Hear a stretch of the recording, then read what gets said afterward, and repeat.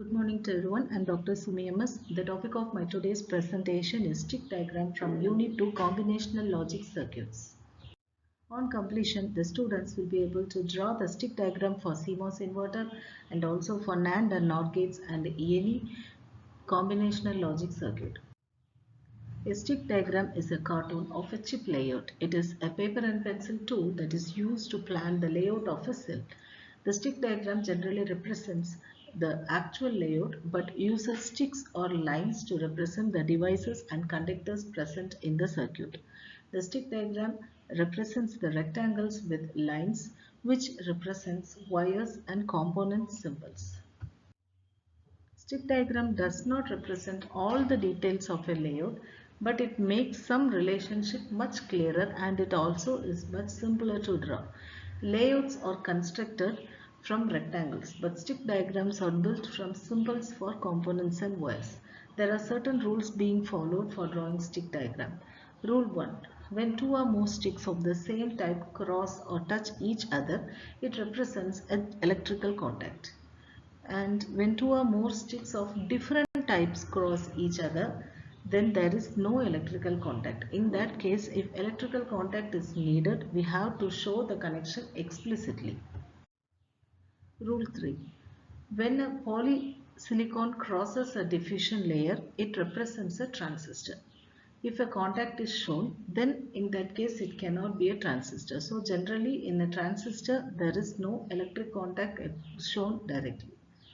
A transistor exists where a polysilicon given as a red stick crosses either a green color stick which is representing a N-type diffusion or a yellow color stick representing a P-type diffusion. In CMOS, a demarcation line is drawn to avoid the touching of P diffusion and N diffusion regions. All the PMOS must lie on one side of the line and all NMOS will be on the other side of the line. The following diagram shows a stick diagram for a CMOS inverter. So this symbol for CMOS inverter schematic can be represented as a stick diagram as well as a layout diagram. And here the blue colored lines represent metals and the red colored line represents the polysilicon which is crossing along with N-type and P-type diffusion. So green colored N-type and yellow colored P-type diffusion lines we have, and the black color box or black color rectangular box or black color point represents a contact. So we can draw any combinational logic circuit as a stick diagram following the above rules. So these are the symbols for various wires being used as layers on the diagram. Drawing stick diagrams. Red is used for polysilicon, green for N-type diffusion and yellow for P-type diffusion, and shades of blue for metals are the most commonly used typical colors. A few simple rules for constructing wires from straight line segments ensure that the stick diagram corresponds to a feasible layout. Wires cannot be drawn at arbitrary angles. Only horizontal and vertical wire segments are being allowed.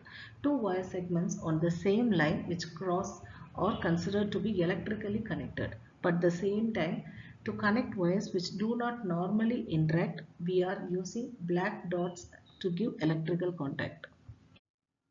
The following diagram shows the stick diagrams for transistors N-type and P-type where the polysilicon and the diffusion lines are crossing, representing N-type and P-type transistors. Stick diagrams are especially important tools for layouts built from large cells and for testing the connection between the cells. This diagram represents the transistor schematic as well as the stick diagram for a 2-input NAND gate. Similarly for a CMOS NOR gate. And this is the diagram representation for a logic A dot B plus C the whole bar. Quiz questions on stick diagram. Draw the stick diagram for the following: CMOS NOR gate, A dot B plus C the whole bar. Thank you.